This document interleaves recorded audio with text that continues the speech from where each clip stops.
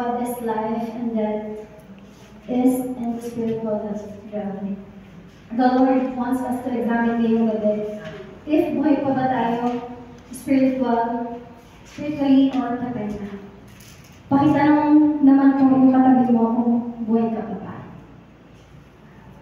Serious, buhay pa ba kayo? Buhay pa ba tayo? Buhay pa, sister. Pupunta pa tayo sa let's see what real life is in the spiritual realm. Punta pa tayo sa Romans 8, verse 13.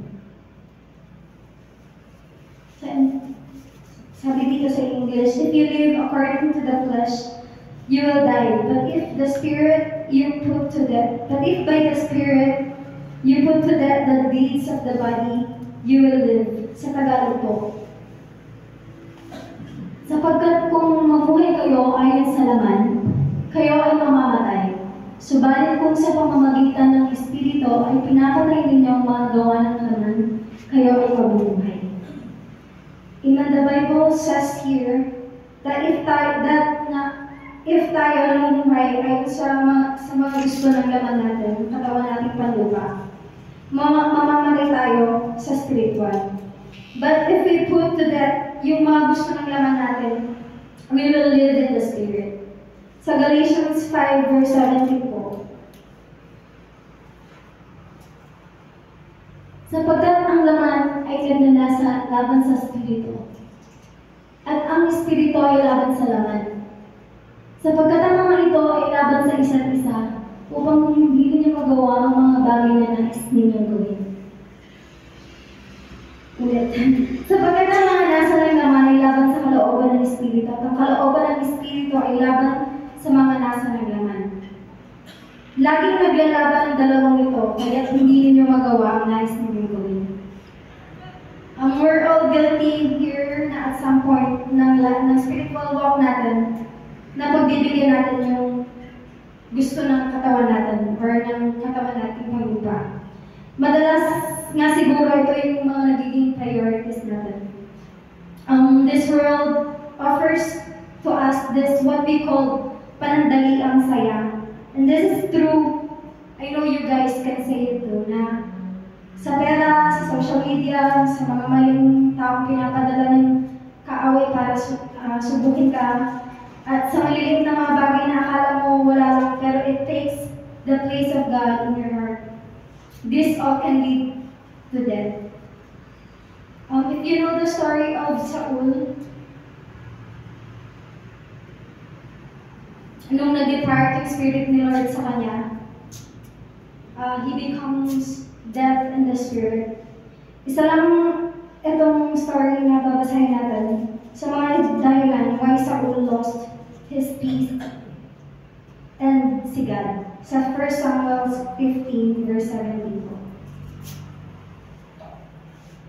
17 to 19.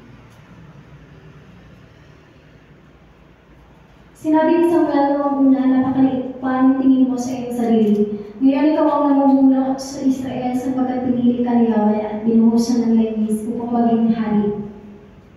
Inutusan ka niyang lusugin ang mga masamang bayan ng Amalek at malupit na ipinagbiling sa ng mga ito. Bakit mo sinawa yung utos ni Yahweh? Bakit mo pinag-iimbutan ng mga ito? Hindi mo ba alam na ang mga ginawa may malaking kasalanan kay Yahweh? Sumagot si Saul, sinunod ko si Yahweh, pumunta ako sa pinuntahan niya sa akin. Sa pinapuntahan niya sa akin, binihag ko si Agag na hari ng Amalek at nilipol ang mga Amalekita. Ngunit pinili ng mga tao ang pinakamainam sa mga tupa at baka at hindi namin pinatay kasama ng iba. Sa halip ay inuwi namin sa Gilgal upang ihandog kay Yahweh.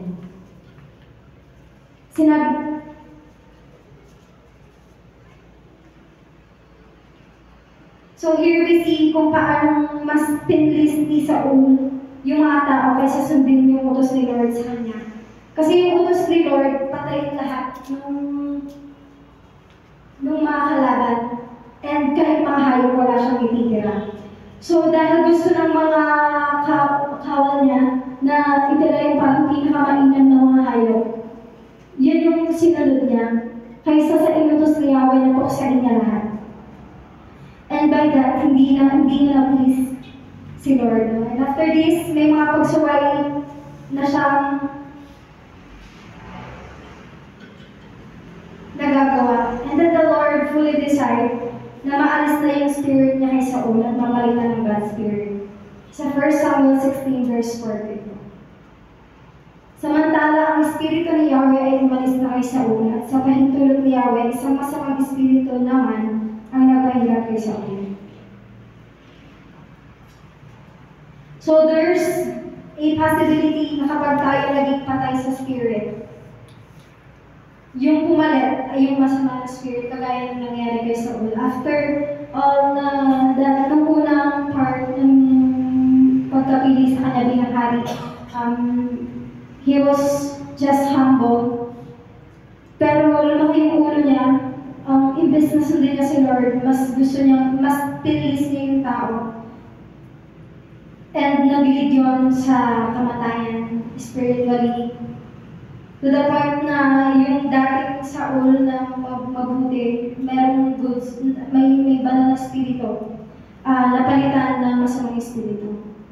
No, Saul's mind is not stayed on God. That's why Saul was swayed ng mga baluktot niyang pagsuway. Sa Romans 8 verse 5 to 8.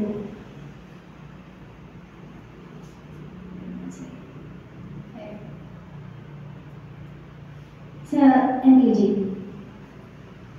For those who live according to the flesh, set their minds on the things of the flesh, but those who live according to the Spirit, the things of the Spirit. Sige po. For to be carnally minded is death, but to be spiritually minded is life and peace. Because the carnal mind is enmity against God, for it is not subject to the law of God, nor indeed can be sa ito. So then, those who are in the flesh cannot please God. So, sa 5 sabi dyan, if you live in the flesh, gagawin mo yung mga bagay na makaluman. And then, when that happen, you become enemy ni Lord. Kasi when you follow your flesh, nasusuway mo yung mga batas ni Lord. Nagkakasala ka, and the Lord is not pleased with that.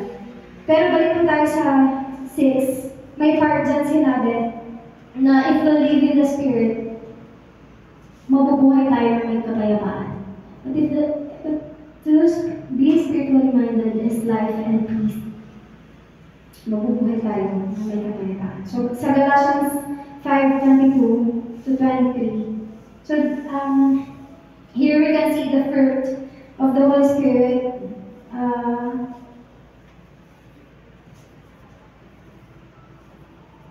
But the fruit of the Holy Spirit, is love, joy, peace, long-suffering, kindness, goodness, faithfulness, gentleness, self-control. Against such, there is no law.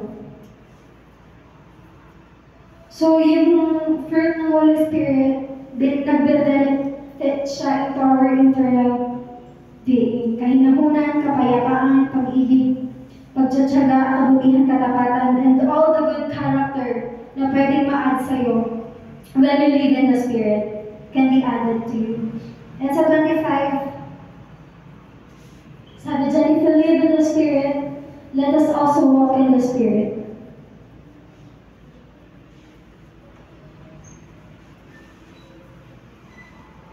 So yung Spirit, yung Holy Spirit yung nagkakos sa atin para mabuhay. There is a passage sa Deuteronomy na yung mga Israelites, pinapapili sila if buhay or kamatayan. Sa Deuteronomy 30 verse 15 mo.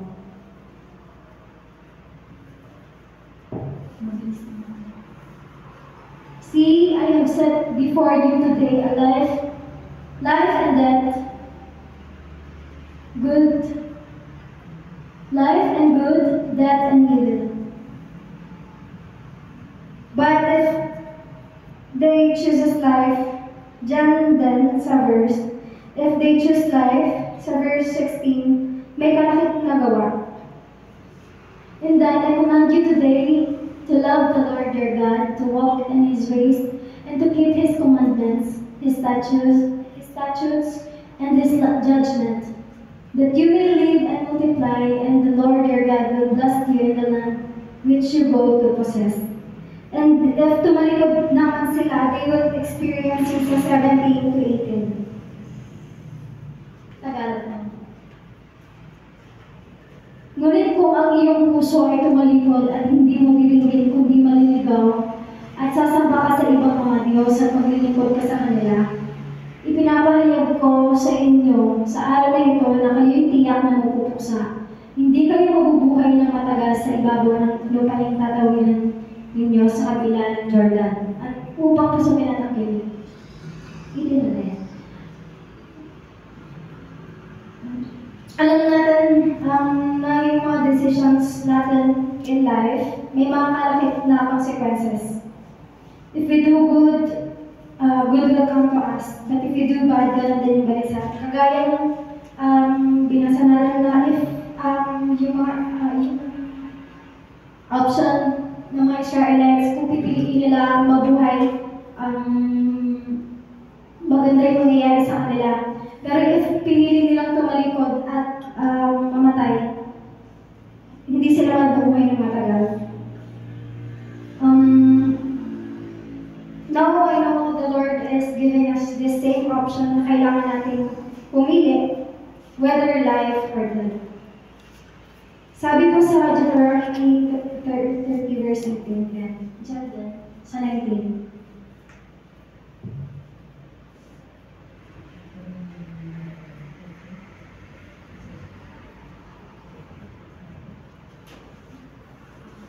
Tinatawag, English na lang.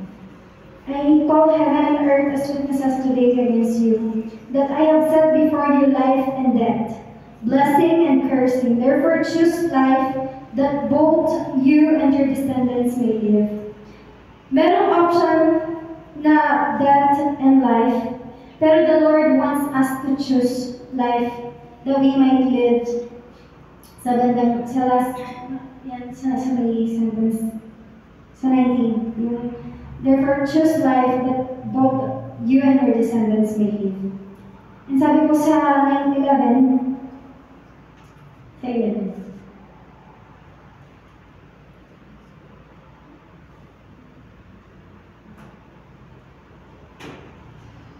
For this commandment which I command you today is not too mysterious or for you, nor is it far off. So, yung mga pinapagawa sa atin ni Lord, hindi daw mahirap. Hindi mahirap piliin yung buhay. Lahat tayo actually wants to be with God. And we all know, yung lagi nagagamit na verse sa Jeremiah 11 na yung plano sa atin ni Lord, maganda, mabuti.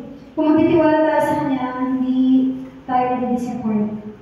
Sa Philippians 1, verse 21 po.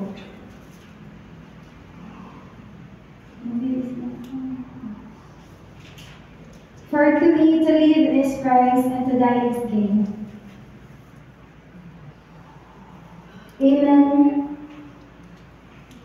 Si Pablo yung nagsabi nito na para sa kanya, ang mabuhay ay sa Panginoon at ang mga tayo ay pakinabang.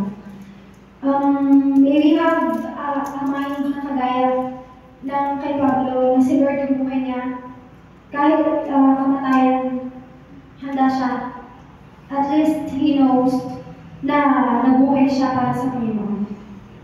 Yung buhay natin dito sa mundo is temporary lang.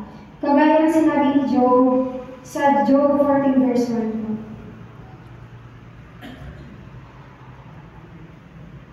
Verse 1 to 2, sabi dyan, ang buhay ng tao ay maikli lamang, subalit punong-puno ng kahirapan. Tulad ng bulaklak na namumukadkad, nalalanta at nalalagas, parang aninong nagdaraan, naglalaho at napaparang.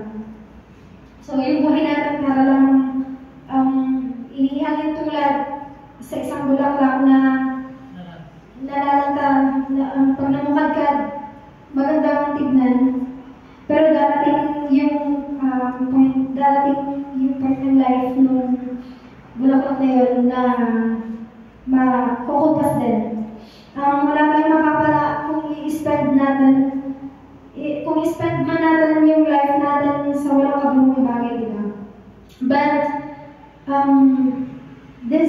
sure na life is worth living when we have Jesus in our life and in our heart. One secret na tutulong sa atin to have life is written in the books of Proverbs. Sa Proverbs 19:23.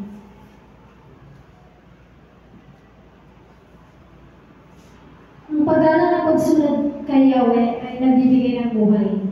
Ang gumagawa nito ay makakaranas ng kapayapaan at ligtas sa kapahamakan. So sabi dyan, yung pag ginagalang mo si Lord at sinusunod mo siya, mag-a-add yun sa life mo. If we honor and obey God, this will add to our life. Sorry guys.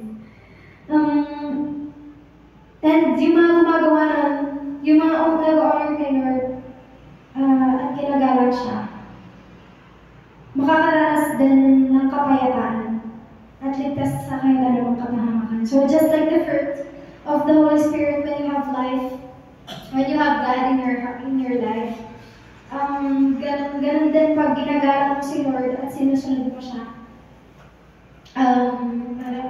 ma-add to sa buhay mo, yung kapayapaan, yung ligtas ka sa kanilang kapahamakan, at saka hahaba yung buhay mo.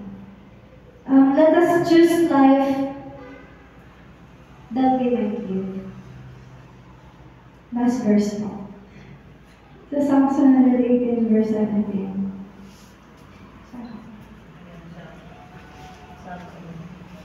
Psalms 118, verse 17.